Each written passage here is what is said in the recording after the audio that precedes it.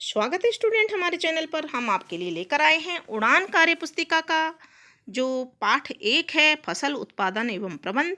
इसका कार्यपत्रक नंबर 1। पहला प्रश्न इसमें दिया हुआ है, सही मिलान कीजिए। जीवित रहने के लिए चाहिए, क्या चाहिए? भोजन। मनुष्य भोजन प्राप्त करता है, कहाँ से प्राप्त करता है? पौधे और जंतुओं से। खेत में काम करने के लिए उपयोगी दरांती, इनमें से दरांती। पाचन एक है प्रक्रिया। एक स्थान पर बहुत सारे पौधे फसल कहलाते हैं। कार्यपत्रक नंबर 2 में देखते हैं,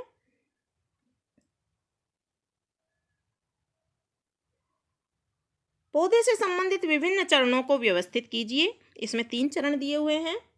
पानी डालना, बीज या जड़ को मिट्टी से ढकना, मिट्टी या गमला तैयार करना।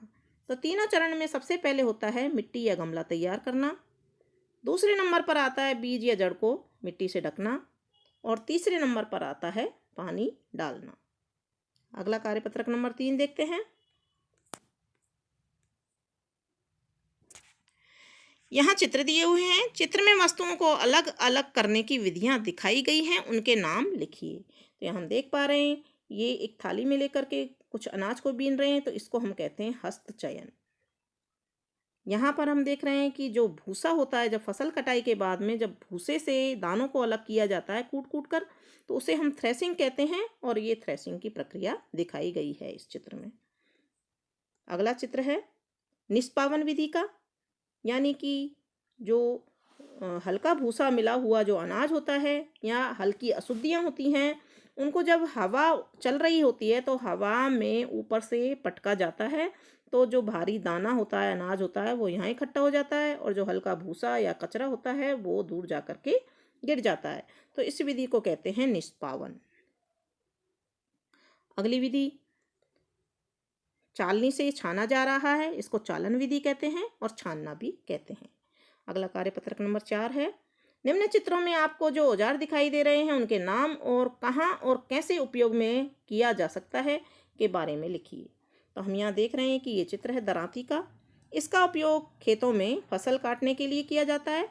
खेतों के अलावा इसका उपयोग बगीचे में भी किया जा सकता है। दूसरा चित्र है कुदाली का।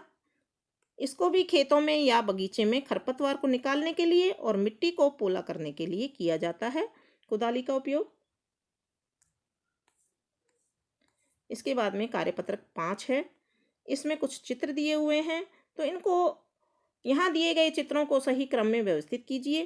तो हम यहाँ देखते हैं, सबसे पहले हल चलाना, खेती के ये जो काम है, चित्रों में खेती के कामों को दर्शाया गया है। तो सबसे पहले चित्र दिया हुआ है हल चलाने का, दूसरा चित्र दिया हुआ है बीजों को बोने का, और तीसरा चित्र दिया हुआ है खेत में खाद डालने का, और चौथा चित्र दिया हुआ है पानी सिंचाई करने का या पानी देने का, जो मेड़ बनाने का काम होता है पानी देने के लिए वो। और इससे अगला चित्र जो दिया हुआ है 5वां, वो खरपतवार को नष्ट करने के लिए या फिर कीटनाशक दवाई छिड़कने के लिए ये दिया हुआ है।